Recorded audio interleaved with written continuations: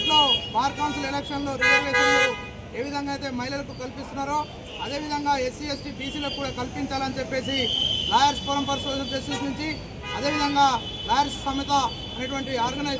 National Samata lawyers నుంచి కూడా ఈరోజు మేము కోర్టులో కేసు వేయడం జరిగింది. ఆ సందర్భంగా lawyers forum for social justice working ప్రెసిడెంట్గా ఈ యొక్క బార్ కౌన్సిల్కు పోటీ చేస్తున్నటువంటి కంటెస్టెడ్ అభ్యర్థిగా ఈ యొక్క బార్ కౌన్సిల్ని తెలంగాణ బార్ కౌన్సిల్ కావచ్చు, అదేవిధంగా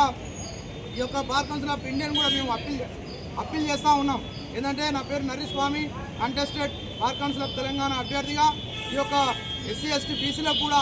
భారతదేశానికి స్వతంత్రం వచ్చి 80 సంవత్సరాలు పూర్తవుతున్నప్పటికీ కూడా మనకు ఇంకా ఇందులో ఒక ఉన్నతమైనటువంటి చదువులు చదువుకొని ఉన్నతమైనటువంటి వ్యక్తులు ఎదిగినటువంటి లాయర్స్కు సరైనటువంటి ప్రాధాన్యత లేదని చెప్పేసి మా లాయర్స్ ఫోరం నుంచి ఎంతో కాలంగా ఎస్సీ ఎస్టీ బీసీలకు అదేవిధంగా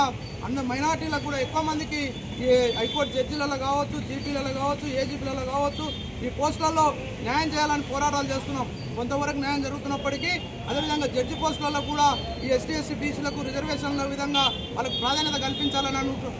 కోరడం జరుగుతుంది. అందులో భాగంగానే ఈ యొక్క బార్ కౌన్సిల్ని పరిపాలించేది ఈ యొక్క న్యాయ వ్యవస్థలో ఉన్నటువంటి ముఖ్యమైనటువంటి స్తంభం లాంటిది కాబట్టి ఈ యొక్క విధుల్లో కూడా దీనిలో కూడా ఎస్సీ ఎస్టీ బీసీలకు న్యాయవాదులకు రిజర్వేషన్ కల్పించాలని చెప్పేసి ప్రధాన డిమాండ్గా ఈనాడు హైకోర్టులో కోర్టును కోరడం జరిగింది. దానికి సానుకూలంగా స్పందించినటువంటి హైకోర్టుకు ప్రత్యేకమైనటువంటి ధన్యవాదాలు తెలియజేస్తూ ఉన్నాం. కాబట్టి